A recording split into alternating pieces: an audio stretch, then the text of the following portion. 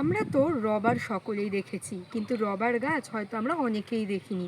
আজ আমরা সরাসরি চলে এসেছি উত্তরবঙ্গে, এবং এখানে দেখতে পাচ্ছি যতদূর চোখ যায় রবার গাছ লাগানো রয়েছে, এবং প্রত্যেকটা গাছে এই ধরনের একটি বাটি লাগানো হয়েছে। অতএব গাছগুলো কিন্তু কাটা হয়। এখানে আমরা দেখতে পাচ্ছি কাটার দাগগুলি।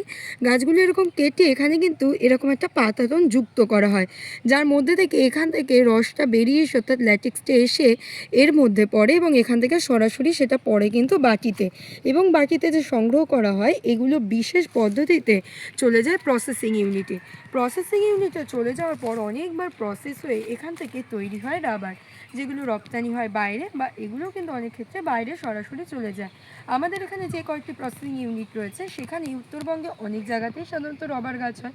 এছাড়া উত্তরবঙ্গের পাহাড়ের দিকেও আমরা দেখতে পাই এই গাছগুলি কিন্তু বাণিজ্যিকভাবে চাষ হচ্ছে। অর্থাৎ ওখানে কিন্তু এই প্রসেসিং ইউনিটে তৈরি হয় রাবার। তো রাবার আমরা সচরাচর দেখে থাকলেও এই গাছগুলি দক্ষিণবঙ্গে আমরা কিন্তু খুব একটা দেখতে পাই না। এইটা আমরা বর্তমানে উত্তরবঙ্গ কৃষি বিশ্ববিদ্যালয়ে দাঁড়িয়ে আছি। এখানে গবেষণামূলকভাবে চাষ করা হয় ছাত্রছাত্রীদের জন্য এবং ভবিষ্যৎ সম্ভাবনা জানানোর জন্য। তো এইটা আমরা যেমন গবেষণামূলক চাষটা আপনাদের দেখালাম, তেমনি উত্তরবঙ্গের পাহাড়ে কিন্তু কৃষকরা বাণিজ্যিকভাবে এই চাষটা বহু বছর ধরেই করছেন। তো এই যে ল্যাটেক্স বা সংগ্রহ করা আঠাটা কিন্তু বাটির মধ্যে থেকে সরাসরি এক জায়গায় করে প্রসেসিং ইউনিটে যায় এবং তৈরি হয় রবার।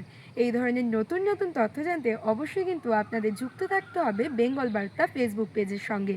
অবশ্যই ফলো করে সাথে থাকুন। নমস্কার।